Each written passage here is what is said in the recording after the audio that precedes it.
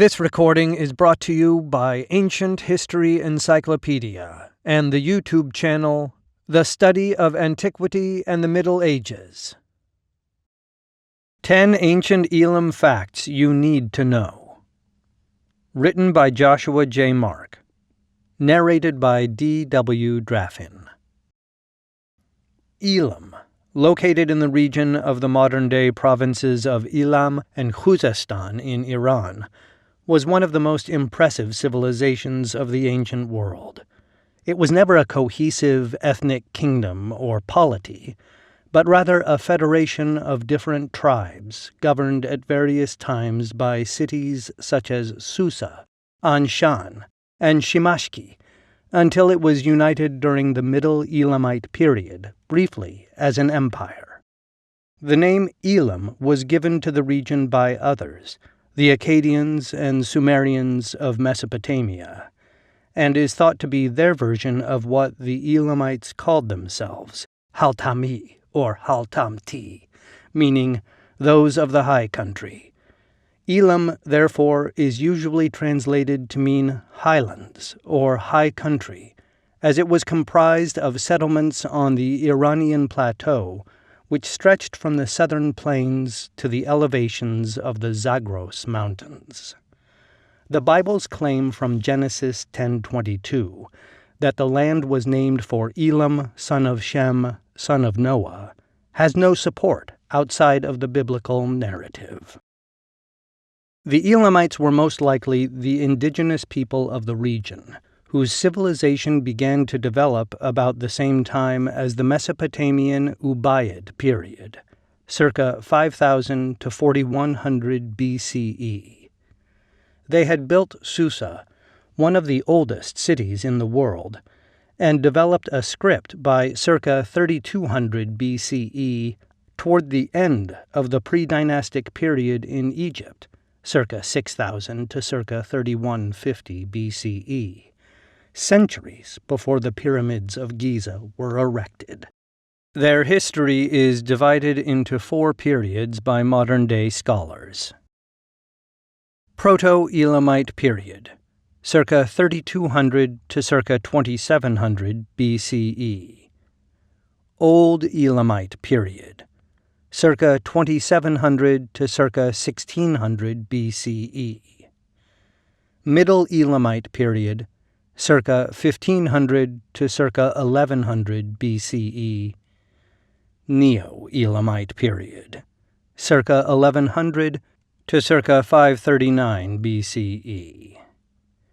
These periods trace the development of the Elamite civilization from its earliest known existence through its progress and down to its decline and assimilation, but too often omit the significant contributions it made to the culture of the Near East and the rest of the world.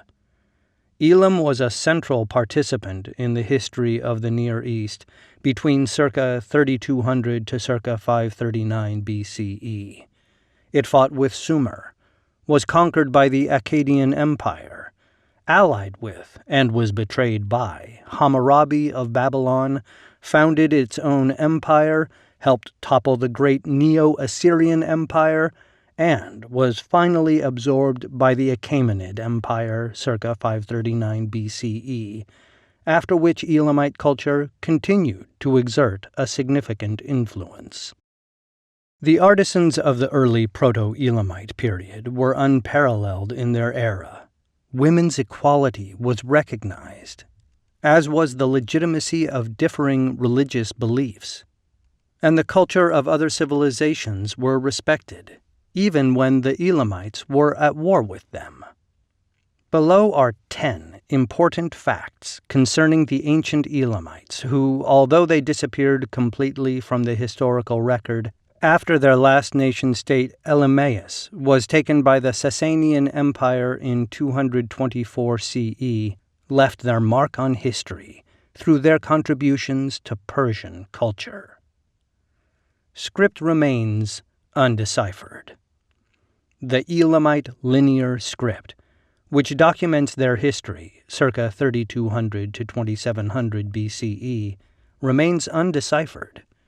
Their language has no known relatives, therefore is designated a language isolate, and no artifact comparable to the famous Rosetta Stone has yet appeared to facilitate translation. When Elam came into closer contact with Sumer, and later with Akkad, it adopted cuneiform script for its records and correspondence. Elamite continued to be written using cuneiform from circa 2700 BCE until it vanished, circa 224 CE. The Achaemenid Empire, circa 550 to 330 BCE, made use of cuneiform Elamite script, and Darius I, the Great, reigned 522 to 486 BCE, used Elamite as one of the three languages of his famous Behistun inscription, but, until someone translates the earlier linear script, events of the Proto-Elamite period will remain unknown. First war in recorded history. An example of what is lost because of the undeciphered script is the relationship between Elam and Sumer during this period, and the events which led up to the first war in recorded history. Around 2700 BCE, the Sumerian king Enema-Baragesi of the city-state of Kish launched a campaign against Elam, won a great victory, and carried the spoils back to Sumer. This event is known from the Sumerian king list, which is notorious for its tantalizingly brief entries, and the event is not elaborated on elsewhere. The Elamites, having lost the war, understandably felt no great compulsion to record it in cuneiform afterwards. Completely unique artwork. Early Elamite artwork is also missing an accompanying written narrative, which might shed light on the origins of their entirely novel artwork. Ceramics, jewelry, impressions, and metalwork of the Proto-Elamite period corresponds to no other civilizations in the region, nor, in fact, in the world of that era. Scholars have noted how other civilizations of the time, Sumerian, Akkadian, Egyptian, etc., prioritized human figures in their art, or anthropomorphized animals, as with the Egyptian practice of combining, say, the head of a cat with the body of a woman to depict the goddess Bastet, while the Elamites made animals the focus of their art.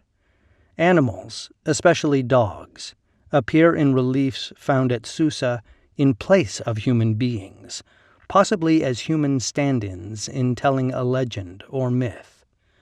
Among the most famous artworks of this period is the piece known as Kneeling Bull Holding Vessel, created circa 3100 to circa 2900 BCE.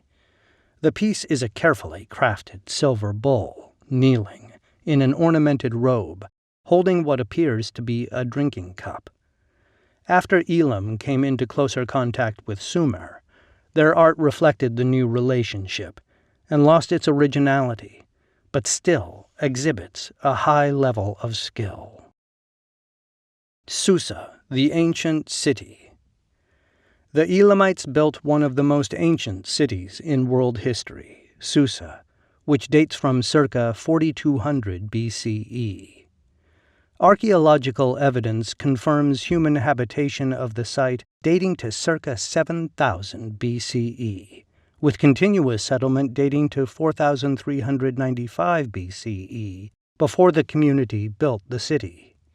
It was an important center of trade during the Proto-Elamite period, flourished during the Middle Elamite period, and was given special attention by two of the greatest kings in Elamite history, Untash-Napirisha, reigned circa 1275 to 1240 BCE, and Shutruk-Nakkunte, reigned 1184 to 1155 BCE, who made Susa his capital.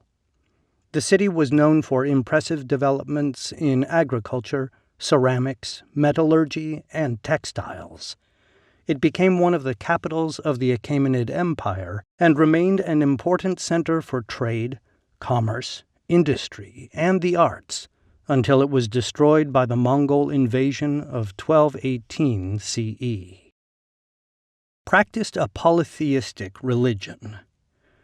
The Elamite religion was polytheistic and, like the religions of other ancient civilizations, focused on deities who represented cosmic powers, regional concerns, and natural phenomena.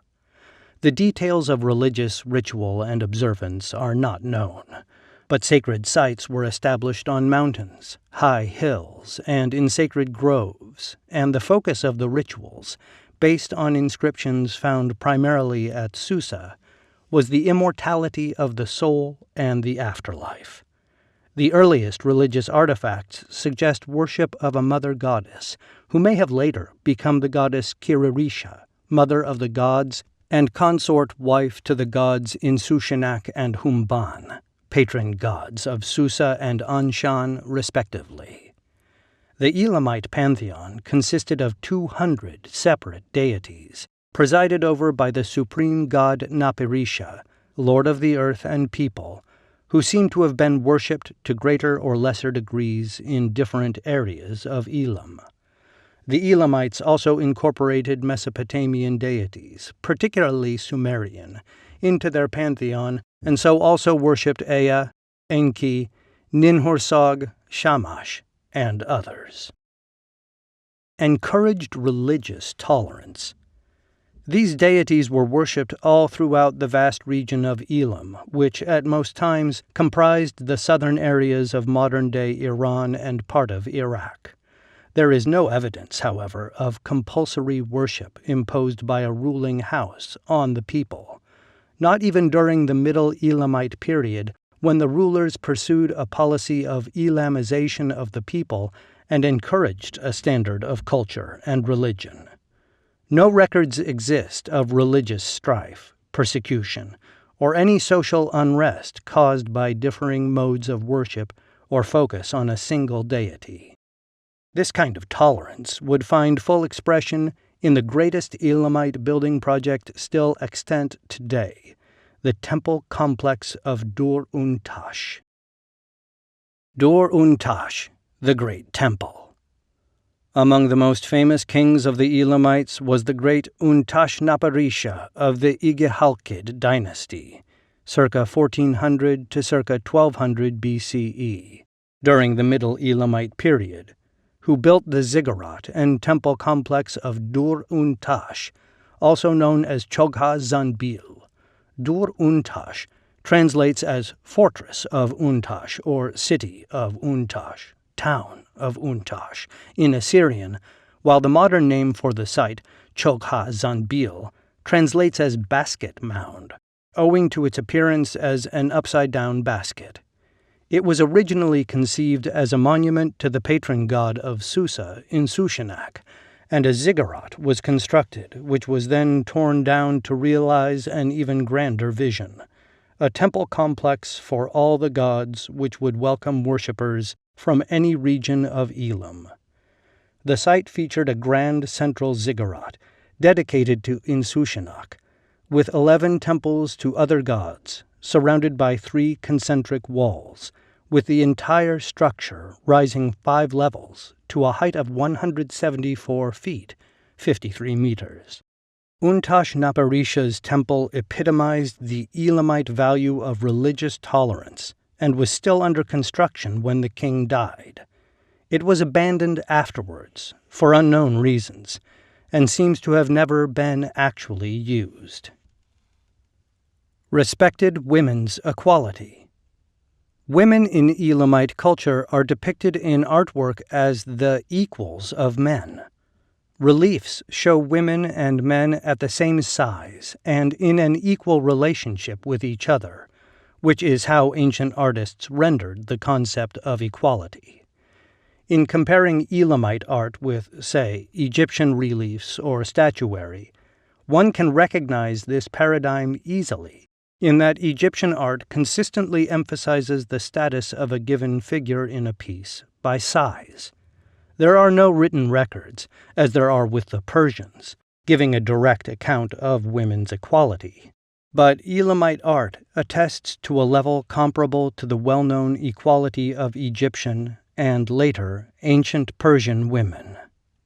Among the best examples of this is the statue of the Queen Napirasu, wife of Untash Napirisha, which depicts the queen in the same royal attire as a male monarch.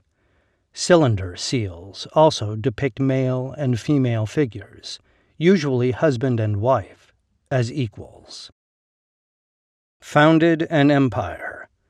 The king Shutruk-Nakkunte of the Sutrukid dynasty, circa 1200 to circa 1100 BCE, began his reign by revitalizing, restoring, and ornamenting his cities, especially Susa, in order to establish Elam's grandeur and power, and afterwards embarked on a campaign into Mesopotamia to fulfill that vision.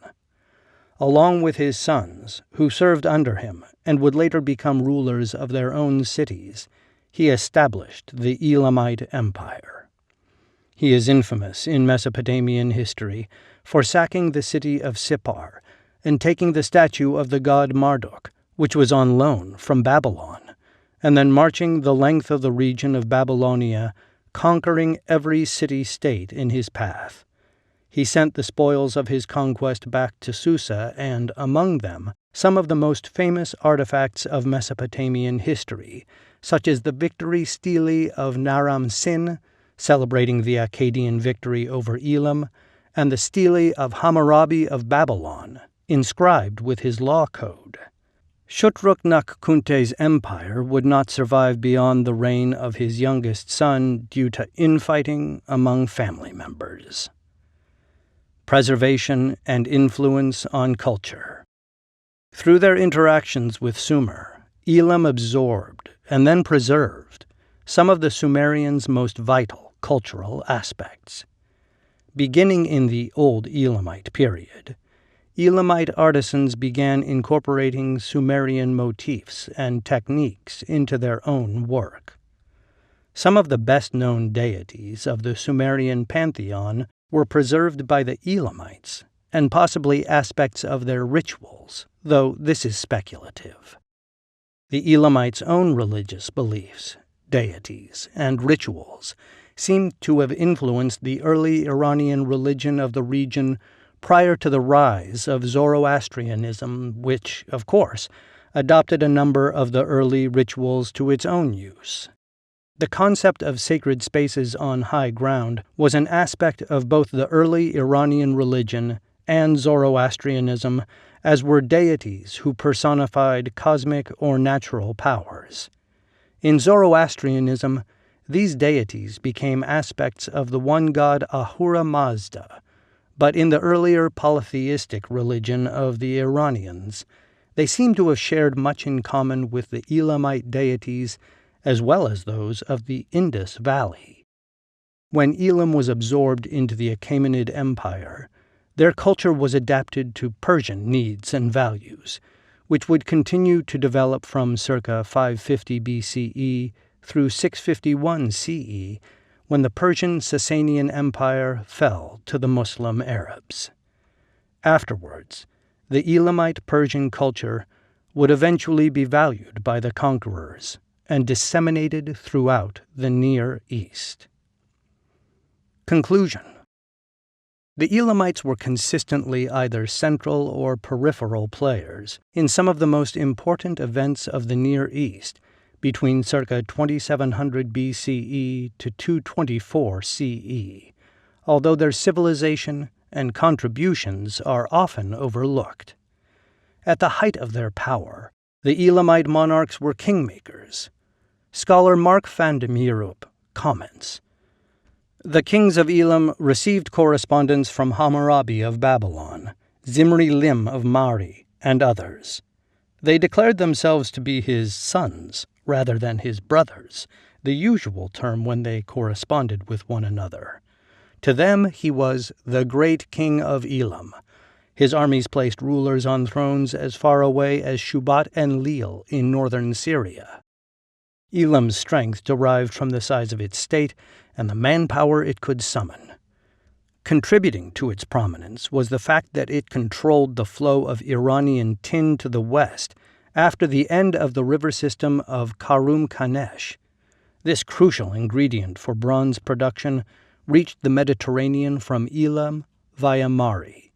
Elam was also in close contact with Dilmun in the Persian Gulf, so it may have monopolized access to other foreign resources and routes as well. Although they were conquered many times throughout their history, the Elamites persevered and maintained their culture and heritage. In the end, their assimilation into the Persian empires only furthered their vision in that it preserved essential Elamite values. Just as the Elamites had taken Sumerian artworks and other cultural aspects and made them their own, so the Persians appropriated Elamite culture for their own uses and, in doing so, preserved them. My name is D.W. Draffin. I do voiceover, and I'm available for hire.